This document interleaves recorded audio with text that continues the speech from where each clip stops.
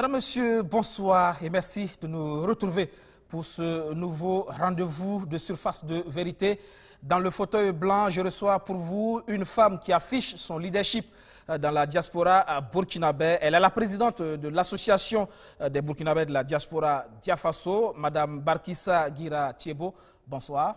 Bonsoir, Monsieur Guébré. Merci de répondre à notre invitation. C'est moi qui vous remercie. Alors, vous êtes burkinabé vivant au Sénégal. Oui. Apparemment, vous êtes parti très vite après le bac, c'est bien ça? Effectivement. Après le bac, je me suis rendue au Sénégal pour rejoindre mon époux. Voilà. Après cela, je me suis inscrite dans une école de formation pour avoir un diplôme d'infirmière d'État. Et après cela, j'ai eu à exercer dans des structures de santé au Sénégal, dans des cliniques, des structures publiques. Et plus tard, j'ai préféré plutôt le domaine de la formation en sciences infirmières. Voilà, mais j'ai également une formation d'administratrice des hôpitaux et services de santé. D'accord. On rappelle que vous êtes doctorante en sciences infirmières et obstétricales, c'est bien ça? Effectivement. Option pédagogie et recherche à l'IFRIS? À l'IFRIS, qui est une école de formation burkinabé. Et le doctorat, c'est une formation en partenariat avec l'Université du Québec à Outaouais. Vous savez que les Canadiens sont les pionniers en termes de formation infirmière de niveau supérieur. Donc, le Burkina, à travers ce partenariat-là, je pourrais dire, détient le leadership de la formation infirmière de niveau supérieur, en tout cas en Afrique subsaharienne. C'est vrai que ça, c'est une idée, une formation jusqu'au doctorat dans le secteur pour les infirmiers. Effectivement, parce que bon, on a tendance à croire que les infirmières doivent rester toujours dans les soins et ne doivent pas évoluer. La recherche en sciences infirmières est très importante. Ça permet vraiment de comprendre les difficultés que non seulement le personnel infirmier rencontre, mais également de prendre l'avis des patients par rapport aux soins qu'ils reçoivent, en tout cas dans le cadre de l'amélioration même continue des soins en milieu hospitalier et dans le cadre également de la santé publique. En tout cas, sur ce plan, le Burkina peut être fier. Nous détenons le leadership de la formation en sciences infirmières du niveau supérieur ici en Afrique subsaharienne. Depuis le Sénégal, moi j'ai travaillé à nouer un partenariat entre l'IFRIS et l'Institut Santé Service, qui est également une école de formation d'infirmiers, la toute première privée, qui a été fondée par un ancien président de l'Assemblée nationale. Donc, j'ai travaillé à ce qu'il y ait un partenariat et des étudiants sénégalais suivent des cours en ligne au Burkina Faso. Voilà. Et l'Institut donc de formation et de recherche interdisciplinaire en sciences de la santé et de l'éducation, c'est bien ça? Effectivement. Voilà, donc je suis la coordonnatrice à distance de cet institut depuis le Sénégal. Mais je suis en même temps étudiante. Voilà, parce que bon, les cours se passent en ligne et en présentiel. La semaine dernière, nous avons reçu le professeur Robert Bilteris de l'Université du Québec en Outaouais, de la faculté des sciences infirmières, qui est venu nous faire des formations. Je rappelle que c'est l'école qui forme les conseillers de santé actuellement de l'État pour en tout cas relever leur niveau, pour en tout cas améliorer la qualité des soins. Voilà, parce que récemment, l'OAS a sorti un curriculum de formation rehaussant le niveau des infirmiers à la licence. Avant la formation, c'était uniquement le BFM ou le BEPC, autant pour moi, parce qu'au Sénégal, c'est BFM. Avant, c'était le niveau de la terminale pour accéder à la formation. Maintenant, il faut avoir le bac, faire 3 ans et sortir avec une licence. Et après ça, normalement, pour pouvoir enseigner des étudiants en année de licence, il faut avoir des masters. Je pense que c'est dans ce contexte que l'État a envoyé les conseillers de santé pour cette formation et rehausser leur niveau, étant donné que les compétences aussi ne sont pas disponibles en Afrique, plus particulièrement au Burkina, parce que pour enseigner au niveau master, il faut des docteurs, et ça se trouve au Canada. Je pense que l'IFRIS a su, en tout cas, nouer ce partenariat avec le Canada pour pouvoir faire la formation ici au Burkina. Docteur en sciences infirmières obstétricales, c'est pour l'enseignement ou Comment C'est pour l'enseignement. la pratique? C'est pour l'enseignement, mais aussi pour la recherche en sciences infirmières. Je peux vous donner un exemple du thème de recherche. On pourrait par exemple s'intéresser à la communication entre patients et infirmiers, personnel infirmier. On va chercher à comprendre, à avoir en tout cas le point de vue des patients par rapport aux relations infirmiers-soignants. Ça permet en tout cas plus tard de mettre en place des procédures, d'écrire des textes qui vont permettre en tout cas d'améliorer, de mieux prendre en charge les patients. Ça c'est juste un exemple, mais il peut en avoir beaucoup. On peut aussi faire des recherches par rapport aux techniques de soins. Qu'est-ce qui explique par exemple le fait que le taux de maladie, comment je vais appeler ça, le taux de, il y a un terme pour ça, les maladies contractées à l'hôpital dues au fait qu'il n'y a pas d'hygiène. Donc ça aussi, l'infirmier peut en faire un thème pour comprendre exactement c'est quoi le problème. Donc ça rentre dans le cadre aussi de la santé publique.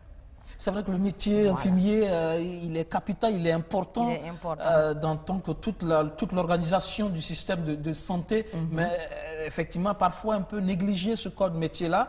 Cette formation qui rehausse le niveau, c'est important justement. C'est important parce que on voit que les infirmiers plus tard quittent pratiquement le domaine des soins parce qu'ils aimeraient eux aussi évoluer. Maintenant, avec ce système LMD, on donne la possibilité à l'infirmier de rester dans sa profession, mais d'évoluer. D'évoluer en tant qu'infirmier cadre ou enseignant. Pour l'instant, le doctorat, c'est surtout dans le cadre de la formation. Mais pour ce qui concerne le domaine clinique, même pratique en tant que tel, je pense que c'est jusqu'à présent au niveau master. Voilà. Justement, le Burkina aujourd'hui, le gouvernement est dans cette politique aussi de spécialisation, et ça aussi c'est une très bonne chose. C'est une très bonne chose parce que ça permet toujours d'améliorer les compétences du personnel infirmier. Et quand on a un personnel infirmier compétent, ce sont les populations qui vont bénéficier des soins de qualité. Au Burkina, on constate une prolifération, et je ne sais pas si c'est aussi une très bonne chose, des écoles de formation en la matière. Effectivement, ce n'est pas qu'au Burkina, c'est partout en Afrique subsaharienne, si je peux le dire ainsi, ou en Afrique de l'Ouest, même au Sénégal, c'est le même problème. Bon, c'est une situation qui est très déplorable parce que quand même, c'est une question de santé humaine.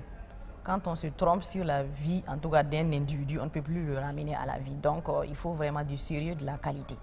Mais bon, je pense que ces écoles aussi ne s'ouvrent pas comme ça au hasard. Certainement, ils obtiennent des autorisations d'ouverture. Peut-être le gouvernement pourrait Après, c'est quelle qualité de contenu on y met dans la formation, voilà. C'est tout cela la question. C'est ça. Peut-être que bon, le gouvernement pourrait voir la procédure d'ouverture de ces écoles et puis peut-être mettre en place une structure qui va en tout cas faire un suivi de ce qui se passe dans ces instituts pour qu'ils remplissent les cahiers des charges pour assurer une formation de qualité. Parce que vraiment, il s'agit de la vie humaine. Il faudra donc en prendre avec beaucoup de sérieux. La question de la gratuité des soins, c'est une politique actuellement qui est mise en œuvre au niveau du Burkina Faso. La gratuité des soins pour les femmes enceintes et les enfants de moins de 5 ans. Qu'en pensez-vous? Bon, moi, personnellement, je pense que c'est une belle initiative, c'est bien. Mais est-ce que l'État a la capacité de supporter, en tout cas, ce programme-là? C'est toute la question. Le problème, surtout pour les infirmiers qui sont au contact justement régulier avec les patients ou les accompagnants de malades, à la limite, ils ont comme l'impression qu'on met en conflit, on les met en conflit avec ces patients-là parce qu'on fait croire que c'est gratuit, mais la réalité, elle est tout autre parce qu'il y a tout le temps des ruptures de médicaments. Vous êtes obligé de délivrer des ordonnances, le patient est obligé d'aller ailleurs chercher du médicament, mais à ses propres frais. Et c'est là toute la difficulté avec le personnel soignant. Bon, en fait, je pense que là, il faut peut-être communiquer. Tout est dans la communication avec le patient. Il faudra l'expliquer en cas de rupture de produit. En tout cas, que ce n'est pas du fait du personnel infirmier. Leur expliquer exactement c'est quoi la gratuité des soins. Peut-être que la presse aussi peut, les médias peuvent jouer ce rôle-là. Travailler à faire comprendre aux populations quand on dit gratuité de soins, c'est quoi exactement? Ça pourrait peut-être aider aussi à éviter ces moments d'incompréhension entre le personnel infirmier et les patients. Le cas du Sénégal, que dire justement? Est-ce que ce type de politique existe? Comment ça fonctionne? Bon, ce type de politique existe parce qu'il y avait ce qu'on appelait aussi le plan Sésame. Je ne sais pas s'il est toujours en cours parce que bon, je ne suis plus dans les structures publiques. Le plan Sésame, c'était quoi? C'était un programme destiné aux personnes âgées. Les personnes âgées et les personnes à la retraite qu'on traitait gratuitement au niveau de l'hôpital. Mais les hôpitaux se sont retrouvés avec des dettes impayées de l'État, ce qui faisait qu'ils ne pouvaient pas fonctionner correctement. Donc certains hôpitaux même actuellement refusent de prendre les patients de cette tranche d'âge-là gratuitement. Il y en a carrément qui refusent de prendre. Il y en a qui continuent, ceux qui ont jusqu'à présent les moyens de subsister continuent. Mais je sais qu'il y a des difficultés aussi dans ce domaine-là. C'est là toute la réalité. C'est ce qu'on craint aussi au Burkina, pour ce qui est de l'assurance maladie universelle, par exemple, qui est en train d'être mise en œuvre. Bon, je pense qu'en toute chose, il faut prendre le temps de réfléchir, de comprendre, d'avoir la bonne stratégie. S'il y a la bonne stratégie, une bonne communication, ça pourrait marcher. Mais si on se précipite, on ne met pas, comme on dit, les moyens qu'il faut, la communication qu'il faut, quelque part plus tard, ça peut avoir, en tout cas, on peut rencontrer des difficultés. C'est aussi cette politique de fonction politique, de fonction publique hospitalière, justement question de revaloriser ce personnel-là, qui est aussi en cours, qui est demandé par les organisations syndicales au niveau du Burkina, de la santé. Oui. C'est important à votre avis, justement? Oui, c'est important parce que, bon, tout travailleur, en tout cas, a pour souhait d'évoluer dans son domaine d'activité, dans sa profession. Donc, c'est tout à fait normal que le personnel de santé demande des conditions, l'amélioration de leurs conditions d'exercice et à avoir aussi une carrière. C'est tout à fait normal, mais peut-être il faudra essayer peut-être de demander ce qui est faisable parce que nous sommes un pays à ressources limitées. Et il faut demander ce qui est supportable par l'État. Mais c'est tout à fait normal que le personnel des établissements de santé demande vraiment à avoir une carrière comme il le souhaite. La réalité, c'est que beaucoup d'agents publics désertent leur poste au profit des cliniques privées, des centres privés. Effectivement, ça aussi c'est une réalité, mais on pourrait réfléchir à trouver des solutions. Parce que, bon, demander aussi au personnel de santé carrément de ne pas aller au niveau du privé, ça va être un peu difficile parce que les émoluments ou en tout cas les salaires au niveau de la fonction publique ne suffisent pas. Voilà, on connaît les salaires au Burkina, donc c'est tout à fait normal qu'ils cherchent à améliorer leurs conditions de vie. Mais maintenant, peut-être il faut voir comment trouver en tout cas une solution pour pouvoir faire les deux. S'il faut peut-être par rapport à des heures, permettre à un certain niveau, à un certain personnel de telle heure à telle heure, vous travaillez à l'hôpital et ensuite vous avez la possibilité d'aller aussi dans les cliniques à telle heure. En tout cas, il faut trouver un moyen qui va permettre la faisabilité des deux.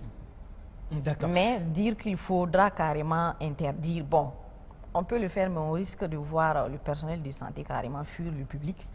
Et pour aller au privé, parce que là, c'est beaucoup plus bien payé. Voilà, et au niveau du privé, tout le monde n'a pas les moyens aussi pour aller se faire soigner là-bas.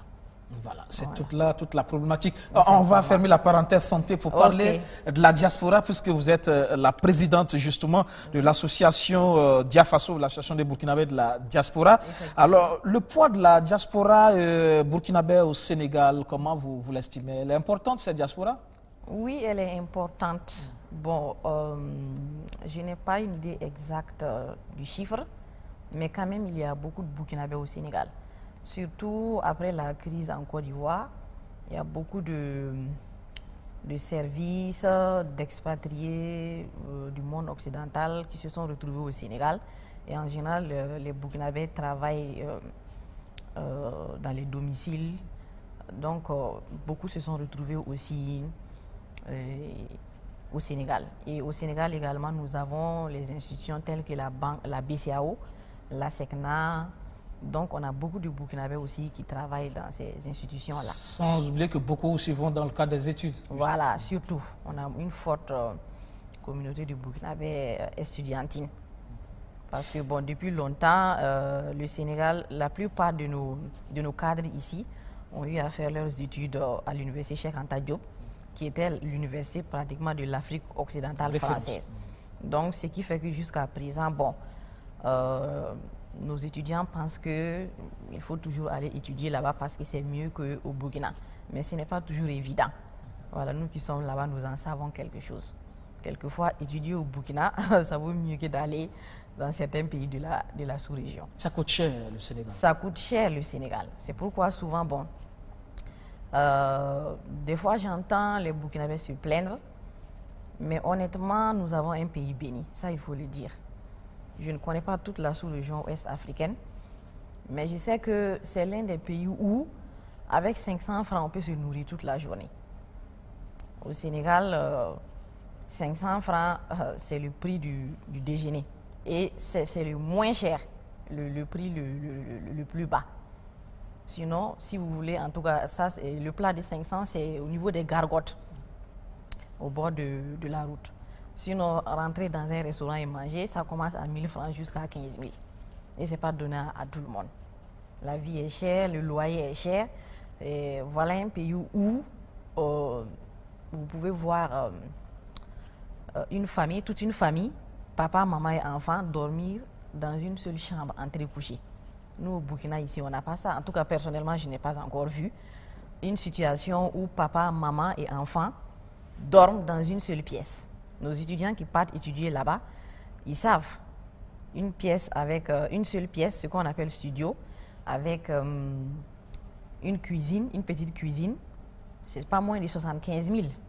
75 000 francs, c'est une mini-villa à Ouagadougou ici.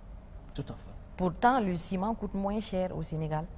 Le sable coûte moins cher au Sénégal. Le fer coûte moins cher au Sénégal. La construction est moins chère qu'au Burkina. Cependant, le loyer est plus élevé qu'au Burkina. Deux chambres, c'est tellement la demande. Voilà, parce que bon, au Sénégal, les Sénégalais sont beaucoup concentrés à Dakar, dans la ville de Dakar.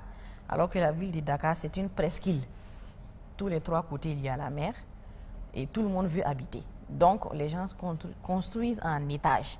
Ce n'est pas un luxe là-bas, une maison en étage, parce que les terrains au Sénégal, c'est 150 mètres carrés. 300 mètres carrés, c'est un luxe. C'est pour les grands, comme on dit. Donc, on est obligé de faire une chambre, salon, toilette, cuisine au rez-de-chaussée et les autres chambres en haut. Ensuite, sur la terrasse, on fait la lessive. Et si on veut faire du maraîchage ou bien l'élevage, le bétail est sur la terrasse. Et un petit jardin et le garage. Et les véhicules sont garés au dehors, pour certains même. Parce que même le garage, on le transforme en magasin pour louer à 100 000, 150 000, 200 000. Nous, ici, on n'a pas encore atteint ce niveau-là. Pourtant, bon, on dirait peut-être que l'argent circule, mais en réalité... C'est un niveau de revenu aussi. Les salaires... On le dit, mais il n'y a pas une très grande différence. Parce que les grilles salariales là, de l'Afrique occidentale, il n'y a pas une grande différence. Un infirmier, par exemple, au Sénégal qui vient de sortir, il a 150 000. Peut-être, bon, à l'hôpital, il y a ce qu'on appelle, il y a certains primes, ce qu'ils appellent le NEPAD. Ils ont 150 000 francs chaque 3 mois, donc ce qui revient à 50 000 francs le mois. Plus les 150, c'est combien? 200. Également, les recettes de l'hôpital ou de la structure, ils ont aussi un pourcentage dedans. Donc, ils tournent autour d'un revenu de 250, peut-être à 300 maximum. Peut-être, bon, les hôpitaux qui payent le plus, ça va aller peut-être à 350. Mais quand vous prenez le coût du loyer, un infirmier ici peut se louer une mini-villa de 2 chambres salon. Mais au Sénégal, si vous voulez 2 chambres salon, en tout cas dans la ville de Dakar, vous allez débourser un minimum de 100 000 à 200 et quelques. Donc, ce n'est pas donné à tout le monde. Avec votre salaire de 250, vos revenus de 250, vous serez obligé de louer peut-être une chambre salon. Donc c'est difficile. Le gaz, il n'y a pas de transport, mais il est plus cher au Sénégal qu'ici. L'essence coûte plus cher au Sénégal qu'ici, alors qu'il n'y a pas de transport à faire dans la ville de Dakar.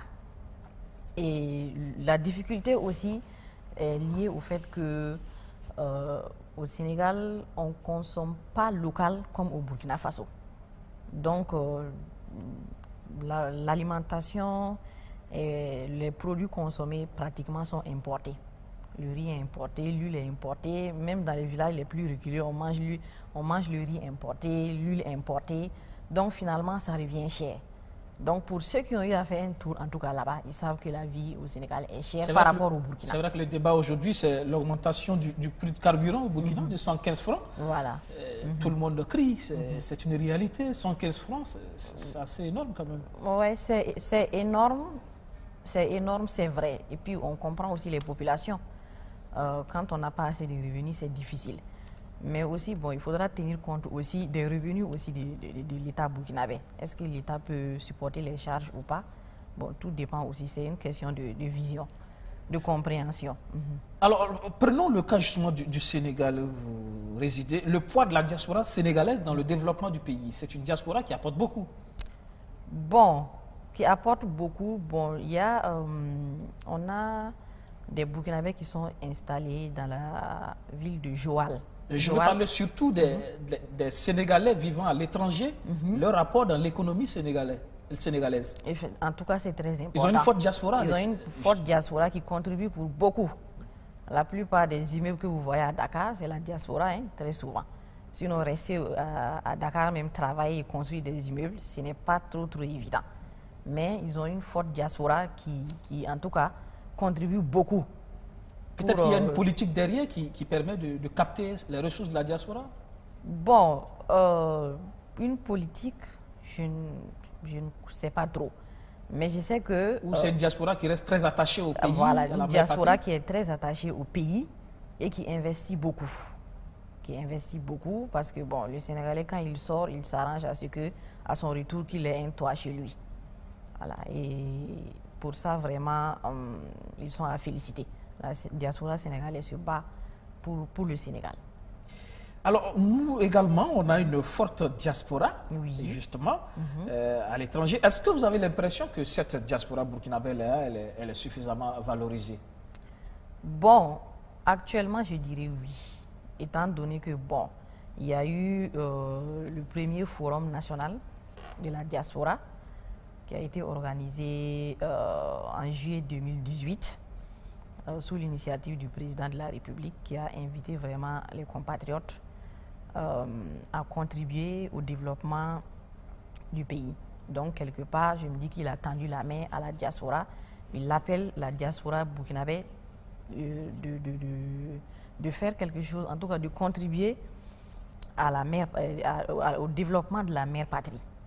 Je pense que quelque part, la diaspora, en tout cas, est valorisée. Voilà. Et puis bon, on a vu aussi avec les élections que pour 2020, il est prévu que la diaspora aussi puisse dire son mot. Donc quelque part, bon, on voit qu'on commence à considérer la diaspora, à valoriser la diaspora. Bon, ça c'était un fait, c'était un constat. Voilà. Au Sénégal, vous n'avez pas ce problème de carte consulaire? Bon, au Sénégal, nous n'avions pas les cartes consulaires biométriques. Donc nous n'avons pas ce problème-là. Nous trouvons peut-être que, bon, ce que nous trouvons de positif, peut-être, c'est le fait que les enfants qui sont nés au Sénégal, qui n'avaient pas les pièces d'identité, qui n'avaient pas de passeport, peut-être avec cette loi-là, ils auront l'occasion peut-être d'avoir ces documents-là. Donc, c'est le côté positif que je vois dedans. Mais bon, par rapport à si elle est bonne ou pas, ça, je ne compte pas me prononcer là-dessus parce que là, bon, en fonction des bords politiques, on l'interprète autrement. Mais c'est que nous, en tout cas, diaspora au Sénégal, voyons de positif dedans. C'est le côté, le fait qu'on pourra, en tout cas, se procurer de ces documents d'identité burkinabé. Parce qu'ils sont nombreux là-bas, qui sont nés, mais qui n'ont pas de papier burkinabé. C'est l'occasion pour eux d'en avoir. Voilà. Et donc, vos attentes surtout, c'est que l'État fasse en sorte que le maximum de Burkinabés de la diaspora puisse effectivement avoir ces documents de votation. Voilà. Bon, effectivement, puisque c'est ce qui a été retenu, que maintenant que l'État met tous les moyens qu'il faut pour que tout le monde puisse avoir ces documents-là et être sur la liste pour pouvoir voter. Voilà. C'est vrai qu'il y a eu ce forum de la diaspora, c'est important pour vous. Ça vous a permis de vous retrouver au pays pour discuter des problèmes de la diaspora et voir comment vous pouvez donc apporter votre contribution à la mise en œuvre du programme national de développement économique et social PNDS, au développement du Burkina tout court. Mais pour cela, il faut créer le cadre, justement, un cadre propice pour permettre à la diaspora d'investir. Comment vous envisagez les choses à ce niveau? Comment vous voyez ce travail-là, cette politique visant effectivement à créer le cadre pour permettre à cette diaspora? Pour vous, quels sont les blocages aujourd'hui? Bon, les blocages, bon, lors du forum, ce qu'on a pu comprendre, c'est surtout notamment aux différents documents administratifs. Bon, il y en a qui ont trouvé que quand on vient, quand on a besoin d'un document, ça peut prendre du temps. Alors qu'on n'a pas assez de temps, quand on vient en vacances, on n'a pas assez de temps. Bon, il y en a qui ont déploré en tout cas cet état de fait-là. Mais bon, on nous avait promis en tout cas qu'il y aura des mesures qui vont être prises pour en tout cas essayer d'améliorer cet état, de trouver des solutions par rapport à ce problème-là. Et on nous avait présenté également les potentialités du pays, les domaines au niveau desquels la diaspora peut en tout cas investir. Voilà, donc on a trouvé ça bien. Et bon, au niveau le jour des échanges que nous avons eus avec le président du FASO, voilà, donc moi j'ai eu à prendre la parole pour faire une proposition. Parce que le thème, effectivement, c'était contribution des Burkinabés de la diaspora au développement du Burkina Faso. On constate que la diaspora burkinabé envoie, mais très souvent, c'est pour les baptêmes, les décès, les mariages. C'est bien, mais ça ne permet pas, en tout cas, de contribuer activement au développement du pays. Alors donc moi j'ai fait une proposition, vu notre nombre au niveau de la diaspora, bon le jour là j'ai estimé ça à 10 millions, c'est un chiffre que j'ai donné comme ça, parce que bon, je ne sais pas s'il est exact ou pas. Donc j'ai dit que si chaque Burkinabé de la diaspora donnait 1000 francs par an, ce qui fait moins de 100 francs le mois, moins de 100 francs le mois, multiplié par 10 millions, ça fait 10 milliards. Et 10 milliards chaque année, on peut investir ça dans des projets, et notamment les projets agricoles dans le domaine de l'agriculture, de l'hydraulique. En tout cas, quelque part, au fil des ans, ça pourrait contribuer à l'atteinte de l'autosuffisance alimentaire au Burkina Faso. Parce que l'année dernière, il y a une partie du territoire qui a connu la famine.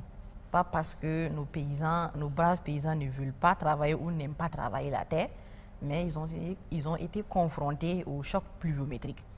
Donc, cette année, la pluviométrie a été bonne. On espère qu'il y aura de bonnes récoltes. Mais rien ne nous garantit que les années à venir, on ne connaîtra pas ce qui s'est passé l'année dernière. Et la cause fondamentale, c'est le fait qu'il n'y a pas assez de ressources en eau pour pouvoir, en tout cas, sécuriser les productions agricoles. Donc, nous, en tout cas, à partir de notre association Dia Faso, l'objectif, c'est ça, d'interpeller les Burkinabés de la diaspora à cotiser pour qu'on ait un fonds de soutien de la diaspora, investir dans des projets du domaine agricole, éducation et santé.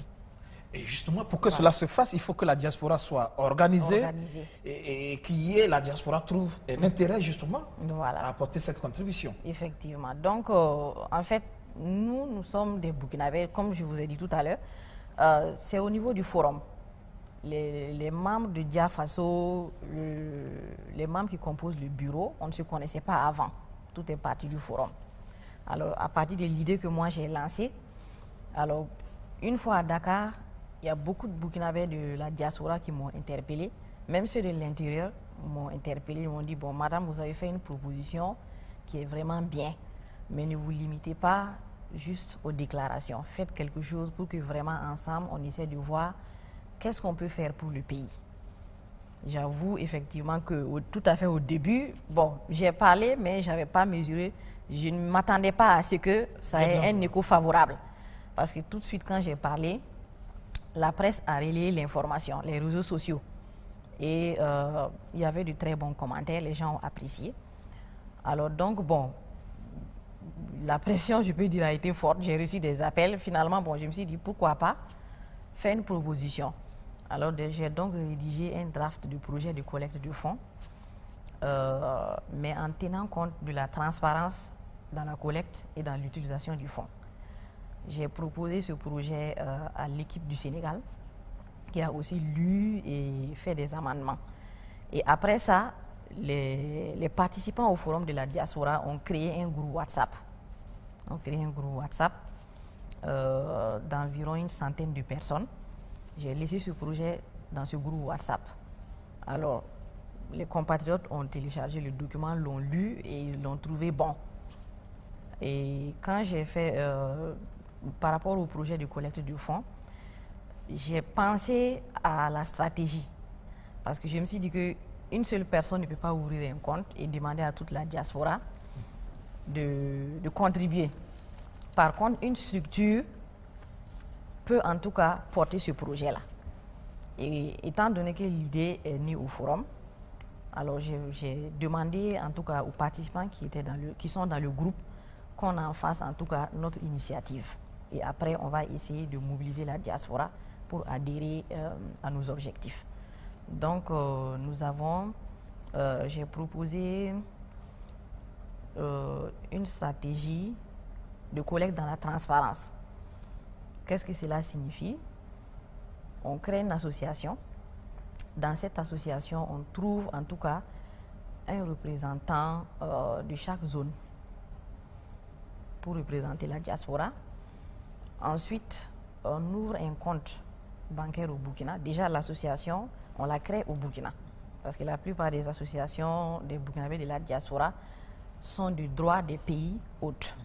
Donc, on crée une association au niveau même de la mère patrie. On ouvre le compte au Burkina Faso. Et après, on publie le compte. Quiconque voudra, en tout cas, contribuer, sait où il faut, par quel moyen passer pour contribuer. Maintenant, c'est une question d'argent. Comme on dit, l'argent, c'est le nerf de la guerre. Il faudra en tout cas prouver aux gens qu'il y a une bonne volonté derrière, qu'on va utiliser, qu'on va être transparent par rapport à la collecte, mais par rapport également à l'utilisation. Donc, nous avons pris attache avec une banque qui nous a garanti qu'elle peut nous donner périodiquement les relevés bancaires pour qu'on puisse publier sur un site web ou sur notre page Facebook, de telle sorte que quiconque aura mis quelque chose, qu'il aille trouver en tout cas les traces au niveau du relevé bancaire. Ça, c'est par rapport à la transparence dans la collecte. Maintenant, par rapport à l'utilisation du fonds dans la transparence, nous avons dit que, étant donné que la diaspora contribue, il faut qu'elle ait aussi son mot à dire. Donc, il faut une organisation derrière. Donc, l'association a un bureau exécutif, mais nous avons comme organe aussi un conseil national. Et le conseil national, c'est quoi? Nous avons voulu que ce soit non seulement les participants, ceux qui ont eu à participer au Forum national de la diaspora 2018, mais que ce soit aussi les présidents d'associations burkinabées de la diaspora qui vont partager notre idée, qui vont adhérer à nos objectifs. Je profite de préciser ici que quand on dit association des burkinabés de la diaspora, ce n'est pas une fédération des associations des burkinabés de la diaspora. C'est tout simplement une association qui s'est donnée comme mission de prendre attache avec les différentes associations des burkinabés de la diaspora dans le cadre d'un objectif précis. Parce que l'union dans l'action, 1000 francs c'est peu, mais si on met ensemble, ça devient quelque chose de consistant.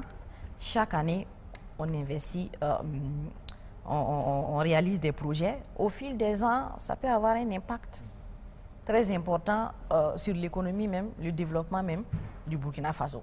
Donc en fait, c'est ça l'idée. Maintenant, il s'est trouvé que, bon, au niveau du forum, il y avait les délégués au CSBE et il y avait des personnes ressources de la diaspora burkinabé qui avaient été conviées.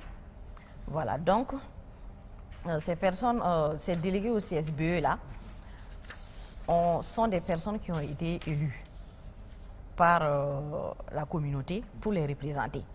Donc nous avons trouvé qu'au niveau du Conseil national, on peut en tout cas demander leur contribution pour parler au nom de la diaspora.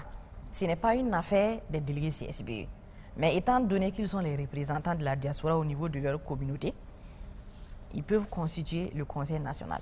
En plus également des présidents d'associations qui vont adhérer aux objectifs de Diafaso, ils peuvent aussi être membres du Conseil national. Parce que les Burkinabés qui vont contribuer pour ce fonds, on a estimé ça à environ 10 millions de Burkinabés. Maintenant, on ne peut pas convier 10 millions de Burkinabés pour une assemblée générale. Ce n'est pas possible. C'est pas possible. Donc, nous avons pensé à circonscrire cette assemblée générale que nous avons appelée Conseil national. Et maintenant, ce Conseil national-là va être constitué des représentants de la diaspora. Et ces représentants-là, ça peut être des présidents d'associations, ça peut être des délégués CSBE, ça peut être d'autres personnes de ressources parce qu'au niveau de certains pays, il n'y a ni délégué au CSBE, il n'y a ni président d'association. Mais il y a des personnes de ressources qui influencent beaucoup dans la communauté, qui pourraient aussi être membres de ce conseil national. Maintenant, ce n'est pas le bureau en fait qui décide. Le bureau exécutif ne décide pas. C'est ce conseil-là qui va en tout cas donner son avis par rapport au type de projet à financer, étant donné qu'ils sont les représentants de ceux qui ont contribué. Tout à fait. Voilà. Et justement, c'est vrai que l'idée, elle est pertinente, et avec effectivement cette volonté de transparence derrière. Le problème aussi de notre diaspora, c'est qu'il faut le dire clairement, c'est une diaspora aussi qui est quelque peu divisée. Hein. Il y a trop de débats autour, avec toutes ces multitudes d'associations, si bien que justement, quand vous avez lancé cette association Diafaso, vous avez vu toute la polémique que ça a suscité quelque part sur les réseaux sociaux. Certains se sont demandé encore une association, pourquoi faire? Il y a déjà plein d'associations au niveau des différents pays d'accueil. Il y a les délégués CSBE. Pourquoi encore créer une association justement? En fait, c'est comme je vous ai expliqué tout à l'heure. L'association, ce n'est pas qu'on l'a voulu. Il y a 4 mois de cela, je dirais, quelqu'un m'aurait dit qu'aujourd'hui, on allait créer une association dénommée Association des Burkinabés de la diaspora. Moi, je ne croirais pas. C'est comme je vous ai dit, tout est parti du fait que moi, j'ai parlé de 1000 francs par personne au niveau de la diaspora. Donc, des gens se sont mobilisés autour de moi pour qu'on puisse concrétiser l'idée en mettant en place un fonds de soutien de la diaspora. C'est uniquement ça. L'association n'est pas une association qui coiffe. Ce n'est pas ça l'objectif. Ce n'est pas ça. Nous ne sommes pas aussi. Défendre les intérêts des Burkinabés de la pas diaspora. Non plus. Ce n'est pas non plus ça. L'objectif est bien. L'objectif, c'est uniquement une structure pour en tout cas travailler à mobiliser les Burkinabés de la diaspora pour contribuer à ce fonds-là. Parce que c'est de l'argent public, il faut une structure bien organisée pour gérer et rendre compte. C'est uniquement ça. Mais ce n'est pas une affaire de délégué CSBE, ce n'est pas une affaire parce que jusque là, ce n'est pas pour faire de la concurrence. Voilà, nous sommes très conscients que le Burkinabé aime beaucoup les NAM, chacun veut être leader dans son coin. Nous respectons ça. Donc ce n'est pas en fait une question de coiffer qui que ce soit, ce n'est pas ça. C'est juste une structure composés de Burkinabés qui sont en tout cas animés de bonne foi, qui veulent voir leur pays se développer. Alors nous avons mis en place ce fonds-là. Maintenant, tout Burkinabé en tout cas qui se sent concerné, qui est convaincu, qui veut contribuer, ben, il y a un compte qui est là, il peut contribuer. Maintenant, plus tard, on va mettre en ligne notre site. Les gens pourront trouver toutes les informations qu'ils veulent sur ce site web-là. Parce que le succès justement de ce type d'opération repose sur la transparence. Sur la transparence. Et là, effectivement, comme je l'ai sous mes yeux, effectivement, ce relevé d'identité bancaire déjà, où le compte est bien clair, où chaque Burkinabé pourra contribuer. C'est vrai que vous avez fait une estimation de 10 millions. C'est vrai qu'il faut le reconnaître, ça va au-delà de ça, la diaspora burkinabé. Du coup, effectivement, 1000 francs, mine de rien, par an, c'est quelque chose à la fin. Ce sont des milliards qui peuvent servir effectivement à développer des secteurs précis au niveau du Burkina. C'est cela aussi qu'on attend de la diaspora. Voilà, en fait, c'est ça. En fait, la diaspora, c'est vrai qu'au niveau de chaque pays, il y a des associations, comme vous avez dit, des unions. Mais chacun agit de façon individuelle. Donc, on ne peut pas voir l'impact tantôt des hôpitaux, tantôt des écoles. Nous avons proposé, nous sommes un pays qui se veut indépendant. Nous avons l'habitude de bomber la poitrine partout, que nous sommes le pays des hommes intègres. Mais pour être intègre, il faut manger d'abord à sa faim. Alors donc, nous nous sommes dit que si la diaspora se met ensemble, cible un axe stratégique de développement, qui est le domaine de l'agriculture, tout part de l'eau et de la terre. S'il y a de l'eau, on développe l'agriculture, la pisciculture et même l'élevage. Si on développe l'agriculture, la pisciculture, l'élevage, on participe à la création d'emplois. Qui participe à la création d'emplois parle également de revenus pour les populations. Les populations qui ont des revenus n'auront plus tendance à venir en ville. Et ils auront également de quoi payer la scolarité des enfants. Donc, on a aussi un impact sur l'éducation. Sur la santé sur aussi. Sur l'autonomisation aussi des femmes. Si les femmes, il y a de l'eau pour faire l'agriculture, ben, elles pourront se prendre en charge aussi. Nous avons également dit que, vous voyez par exemple le secteur de la santé, nous avons des hôpitaux, l'hôpital Yalgado, Ouedraogo, Souro, Sanou, très souvent en manque de gaz butane, en manque de ceci, en manque de cela. Des plateaux techniques. Des plateaux techniques vraiment qui ne répondent pas aux normes. Bon, ce fonds-là aussi, on pourrait prévoir un pourcentage, par exemple, pour aider ces hôpitaux-là. Parce que même nous, quand on va venir au pays, quand on vient en vacances au pays, c'est pas évident que quand on sera malade, on pourra aller dormir à la clinique. Donc, certains parmi nous auront à aller dans ces hôpitaux-là pour se faire soigner. Donc, si on a un fonds qui peut aussi nous aider le pays dans ce sens-là, c'est aussi en tout cas quelque chose de positif. Voilà, donc c'est ça notre vision, hein, contribuer au développement du Burkina. C'est uniquement ça, c'est ça seulement qui nous anime.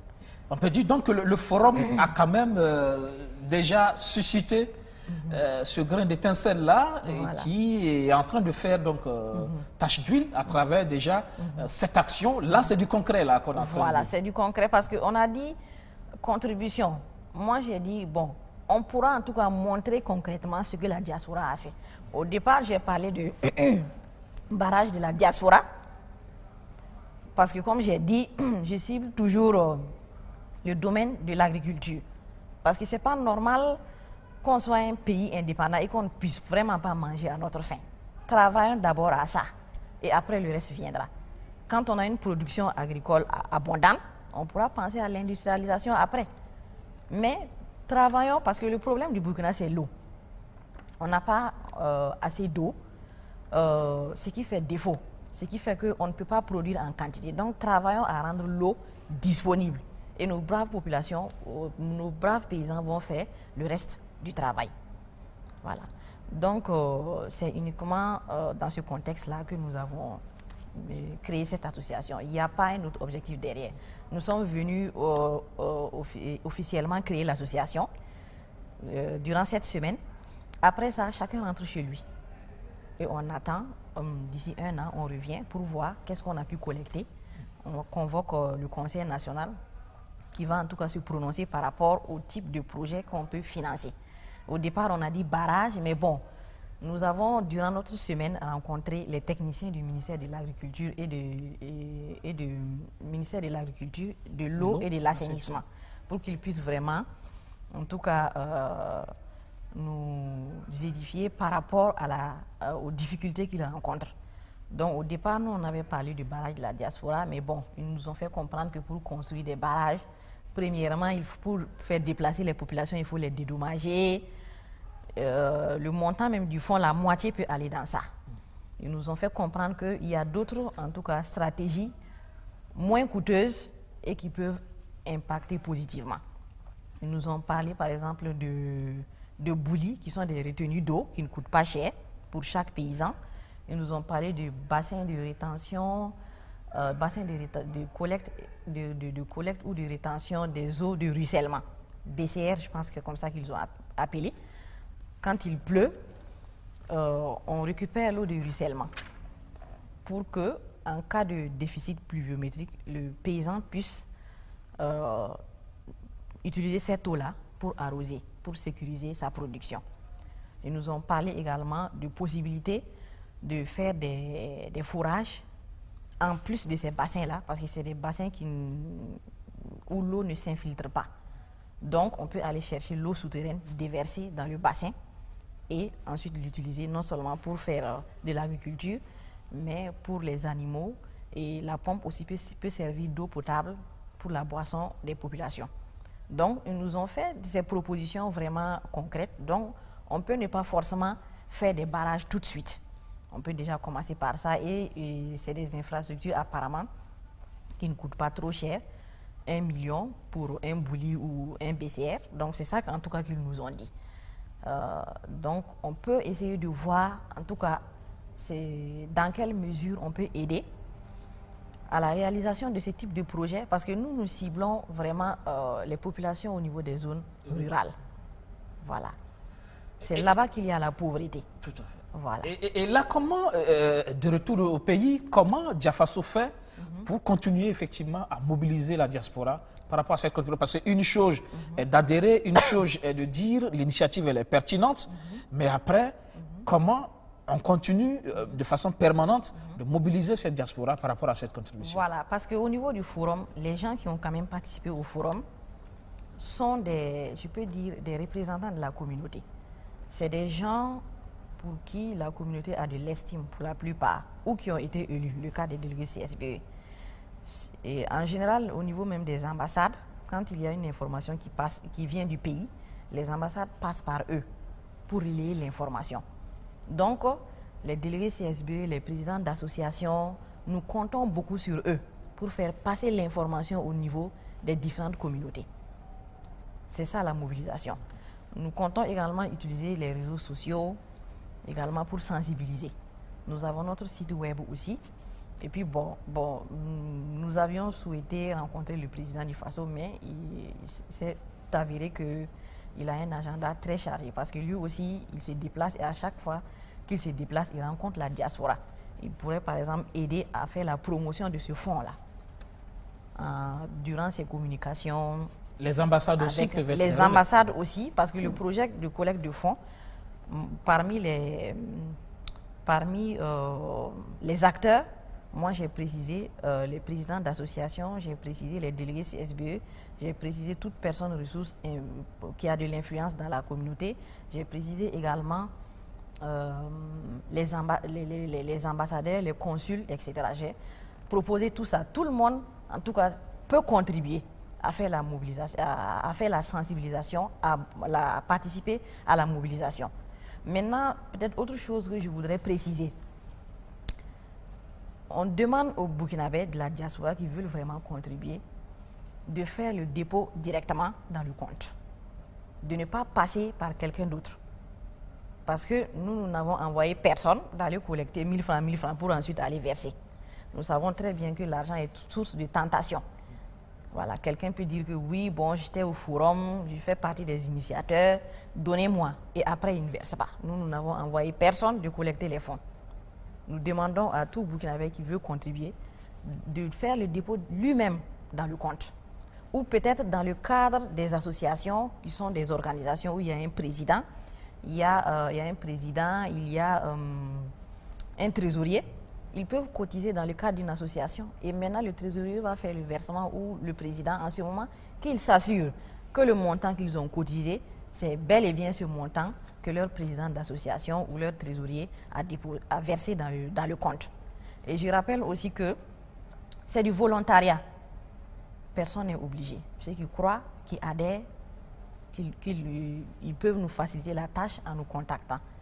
comme aussi nous allons après faire ce travail-là, prendre à tâche, à partir des ambassades, on va demander à ce qu'ils nous donnent la liste des associations au niveau des communautés, où les délégués aussi pourront peut-être nous aider, ou toute personne de bonne volonté vont nous aider à avoir la liste des associations avec leurs contacts. Nous allons les contacter et leur expliquer notre vision et leur demander en tout cas de contribuer. L'idée est noble, nous sommes de bonne foi, nous voulons tout simplement contribuer vraiment à ce que, en tout cas, ce pays-là qui nous est si cher, puisse un jour sortir de la misère. Et il est clair aussi que ce n'est pas accompagner un gouvernement quelconque, ce n'est pas pour accompagner des acteurs politiques quelconques, c'est pour accompagner le Burkina tout court. Parce que il faudrait que nous, Burkinabés, nous comprenions que de Maurice Yaméogo à Roch Marc Christian Kaboré de nos jours, il y a eu plusieurs présidents, il y a eu plusieurs premiers ministres, plusieurs députés, plusieurs maires. Et il y en aura d'autres encore. Mais le Burkina, il était là hier, il est là aujourd'hui et sera là demain. Donc, au-delà de nos divergences politiques-là, il faut que nous apprenions à nous mettre ensemble pour construire notre pays. C'est le plus important. La diaspora est mieux placée pour comprendre ça. Voilà. C'est plus important parce que quand on sort, chacun veut aller à l'étranger. Mais à l'étranger, en Europe, les Européens ont travaillé leur pays. Il faut que nous aussi, on travaille chez nous pour que plus tard, les générations futures, quand ils sortent là, c'est pour aller visiter, faire du tourisme et revenir, mais pas forcément pour aller rester. Voilà. Donc, la construction de la nation, ce n'est pas le travail ou la responsabilité ou encore le devoir d'une personne donnée. C'est une affaire de tout le monde. Chacun peut, en tout cas, de par sa position, contribuer. Ce n'est pas pour quelqu'un, c'est pour nous tous. Le Burkina n'appartient pas seulement au gouvernement, ça n'appartient pas seulement au président. Le Burkina n'appartient pas seulement aux partis politiques, n'appartient pas seulement aux organisations, ça appartient à tous les Burkinabés. Donc tous les Burkinabés doivent travailler à ce que ce pays-là avance. Nous, Dia Faso, on ne s'intéresse pas à qui détient les rênes du pouvoir.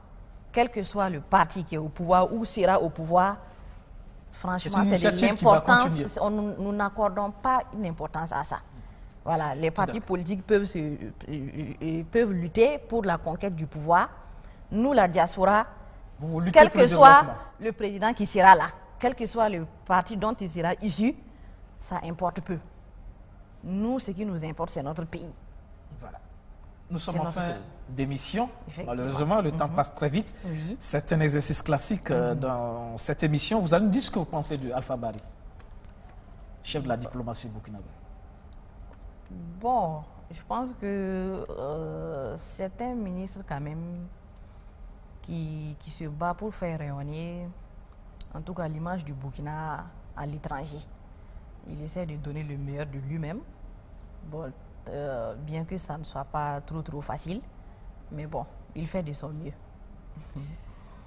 Paul Kabatcheba, Premier ministre, qui a d'ailleurs fait le Sénégal. Oui, voilà, il fait partie de la diaspora burkinabé au Sénégal. Bon, Paul Kabatcheba, on sent aussi de la volonté, on sent qu'il se bat, mais peut-être quelquefois, bon, la façon de faire, peut-être bon, peut-être souvent peut-être mal interprétée, mais on sent quand même de la volonté. Quelque part, il veut vraiment faire avancer le pays. Pour terminer, Roch Marc Christian Kaboré, président de Faso. Voilà, bon, Roch Marc Christian Kaboré, c'est le président de tous les Burkinabés. Moi, je vois un président qui est devant, en tout cas, une situation pas facile. Le Burkina vient de sortir d'une situation, en tout cas, pas facile. Ailleurs, ça allait être encore plus difficile. Donc, ce qui a amené l'insurrection, c'est quoi? Les gens avaient des difficultés, la vie est chère, etc. Tout de suite, bon, chacun pensait qu'avec un nouveau régime, il y aurait une solution miraculeuse. Tout de suite, tout sera réglé. Et les gens se rendent compte que ce n'est pas ça, effectivement. Donc, quelque part, bon, il y en a qui comprennent, d'autres ne comprennent pas. Donc, pour un président, ça peut être un peu une charge difficile à supporter. Mais je sens aussi, en tout cas, de la volonté à faire avancer les choses. Et ça sera tout pour ce numéro de Surface de Vérité. Merci d'être passé dans le fauteuil blanc ce soir. C'est moi qui vous remercie, M. Guébré. Mesdames, Messieurs, ça sera donc tout pour ce numéro de votre rendez-vous Surface de vérité. Merci à toutes et à tous de nous avoir suivis. Un bonsoir particulier à tous ceux qui nous suivent du côté de la ville de Dakar. Bonsoir.